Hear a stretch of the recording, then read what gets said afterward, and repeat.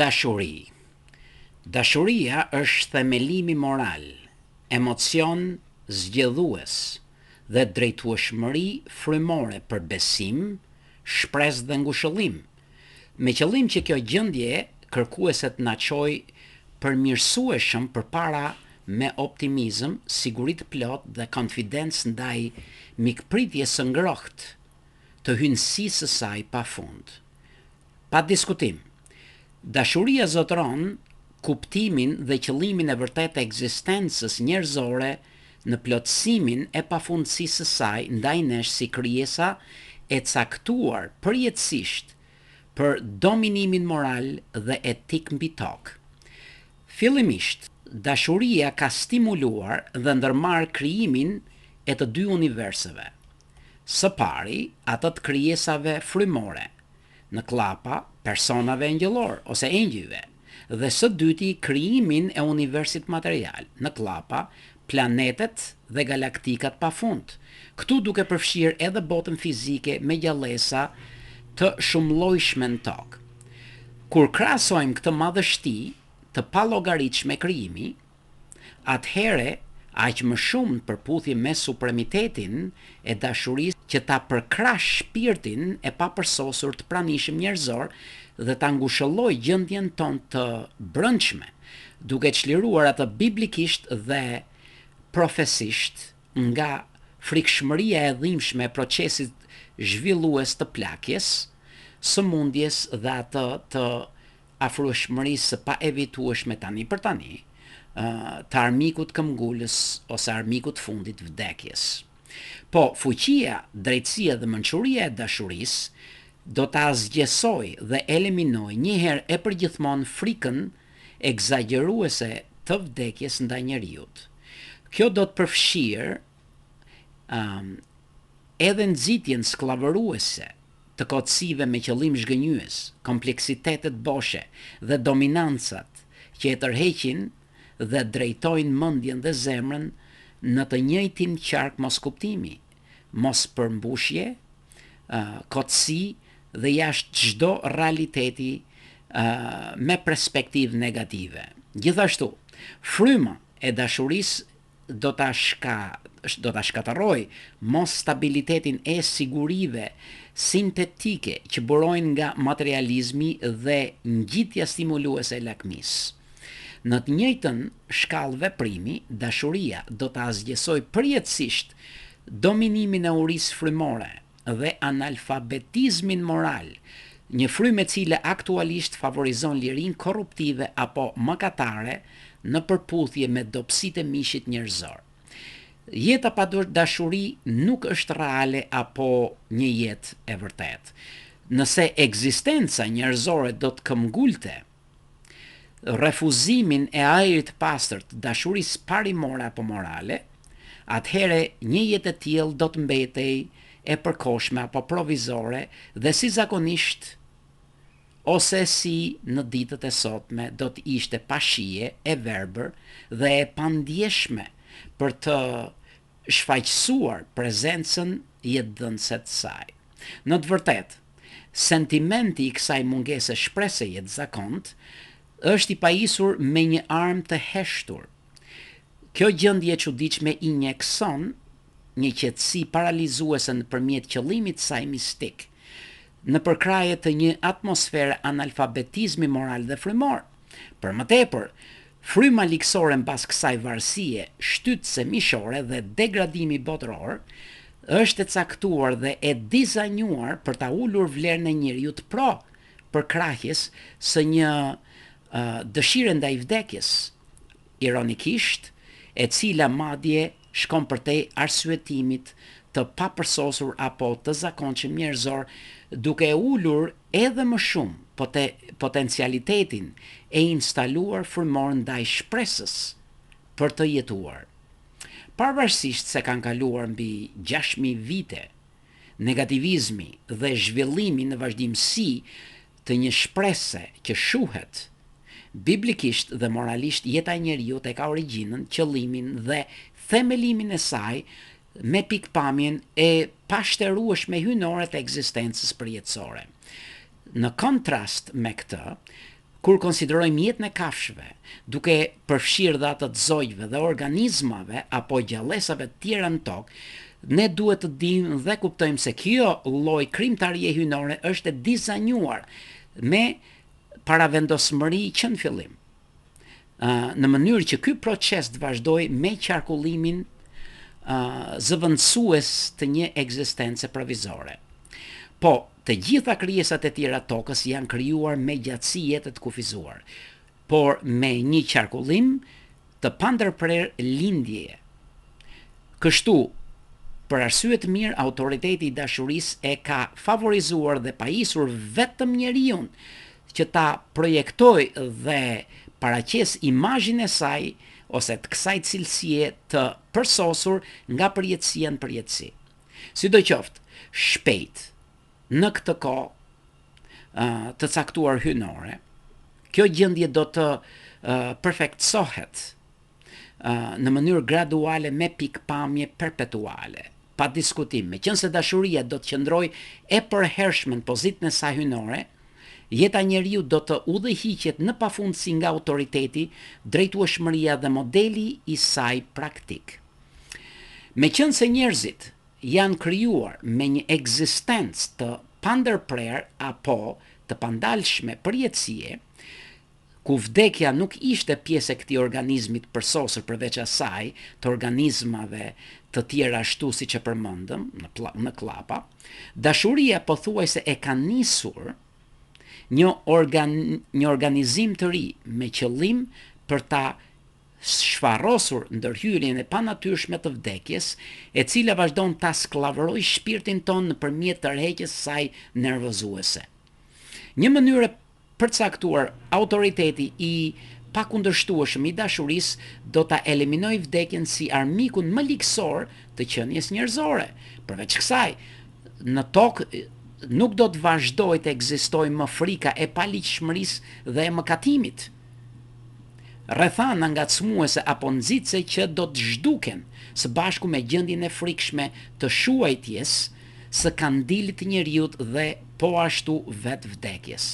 Gjithashtu, veprat e përgjithshme të padrejtësisë, verbueshmërisë mendore dhe skllavërisë emocionale do të ekzekutohen me eliminimin përjetësor. Dashuria dhe jeta e njeriu qëndrojnë në një harmoni të përsosur.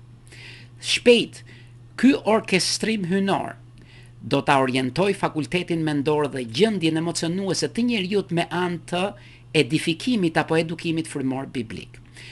Kjo ndritshmëri do t'i sjellë njerëzit drejt përsosmërisë mendore, e cila është gjendje aprovuese për zhvillimin e anës së tyre fizike për të arritur gjithashtu të njëjtën shkallë prioriteti.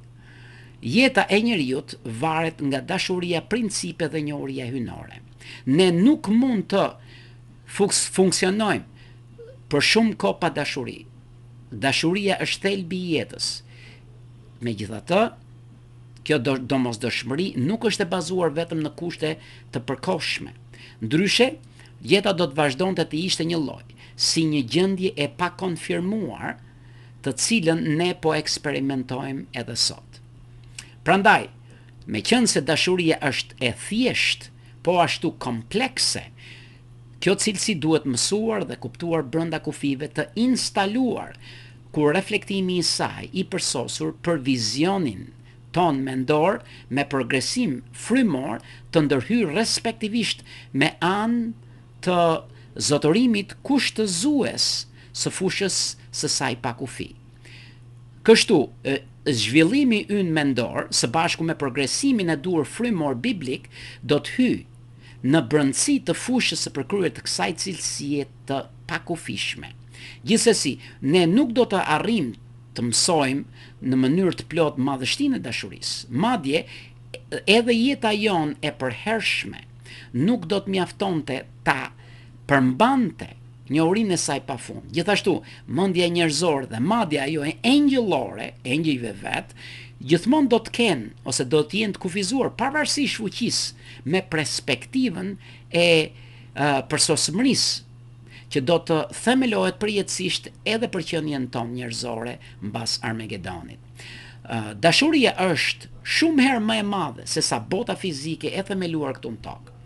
Aq më shumë, ashtu siç e përmendëm edhe më parë, dashuria është më e madhe se sa universi frymor dhe material të marrës bashku. Biblikisht, dashuria do të vazhdojë me autoritetin e saj të pasvendësueshëm përtej mendjes njerëzore, për të kohë me gjatësi të pallogaritshme. Edhe një herë, biblikisht, dashuria do të vazhdojë me autoritetin e saj të pasvendësueshëm në klapa përtej mendjes njerëzore, për kohë me gjatësi të pallogaritshme. Atëherë, për arsye të mira, dashuria e lejon fuqinë, mençurinë dhe drejtësinë e saj për të mësuar dhe kuptuar vetëm si një paraqitje e kufizuar.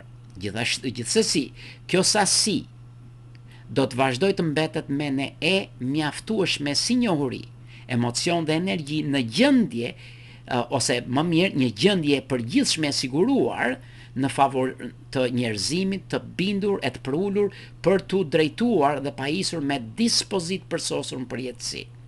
Pa dyshim, ashtu si dielli siguron më tepër energji se sa duhet për tokën, dashuria zotëron aq shumë mençuri sa që mendja e njeriu nuk do të ishte në gjendje ta kapte madje ose edhe si koncept.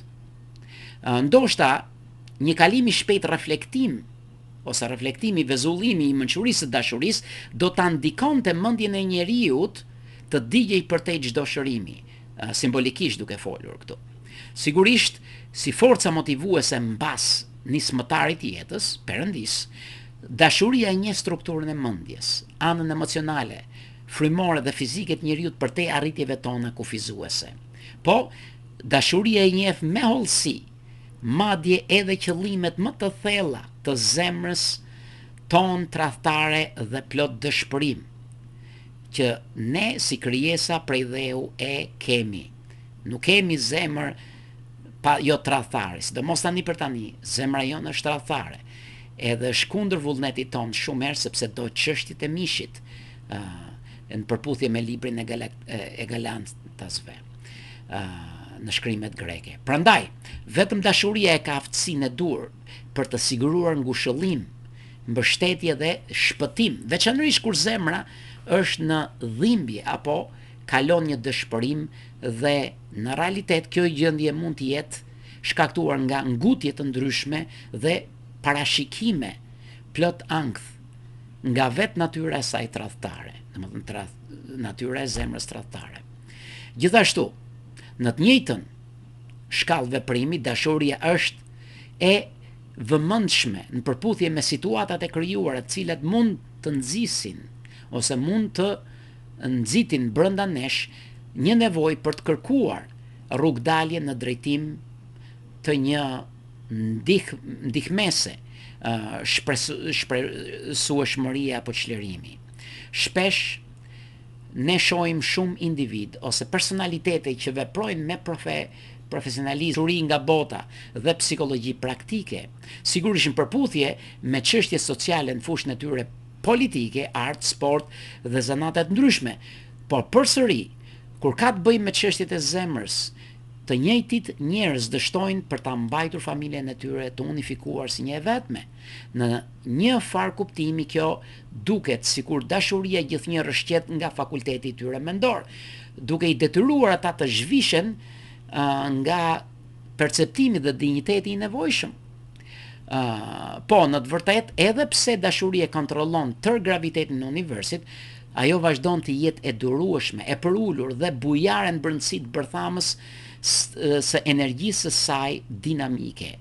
Kategorikisht, ashtu si dashuria nuk mund ta mohoj pozitën e saj të pasvendësueshme në univers, dhe po ashtu imazhin e përsosur dhuruar njeriut prej dheu, kjo energji e pakundërshtueshme do të vazhdoj të na trajtoj me konsiderat, kuptueshmëri dhe empati, pavarësisht nga papërsosmëria trashëguese e pranishme, por e përkohshme që gjendet brenda nesh.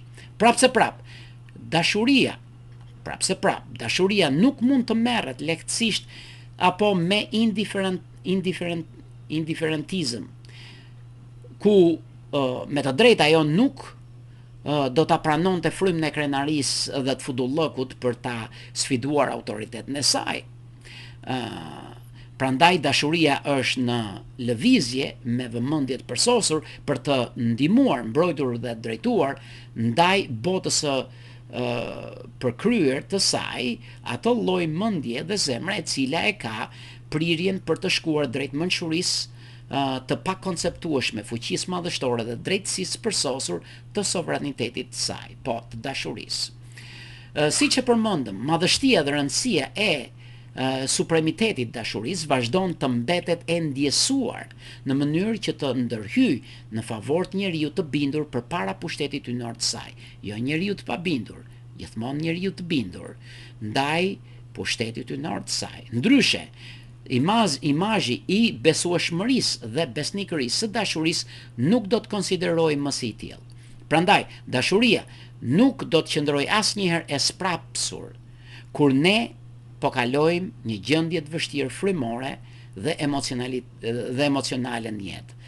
Sigurisht, kjo do të ishte pamundur për dashurinë ta mohonte e përsin hynësinë dhe rëndësinë e sovranitetit të saj. Aq më shumë kur kjo paraqitje madhështore ka të bëjë me çështjen e jetës së përhershme.